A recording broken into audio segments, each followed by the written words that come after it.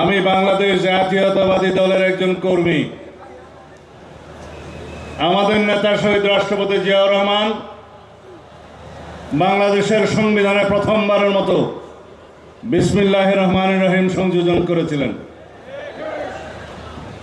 বহাল আছে, অনেকে এটা সরিয়ে দেওয়ার চেষ্টা করেছিল, পারে নাই। কিন্তু যেটা বহাল নাই, রাষ্ট্র পরিচালনার মূলনীতি হিসাবে আমরা যেটা সংযোজন করেছিলাম, শহীদ রাষ্ট্রপতি জিয়াউর রহমান মহান আল্লাহর উপর আস্থা এবং বিশ্বাস সংবিধানের প্রস্তাবনায় ছিল এবং রাষ্ট্র পরিচালনার মূলনীতিতে ছিল। অনুচ্ছেদ 8-এর মধ্যে সেটা তুলে দেওয়া হয়েছে, আপনারা জানেন।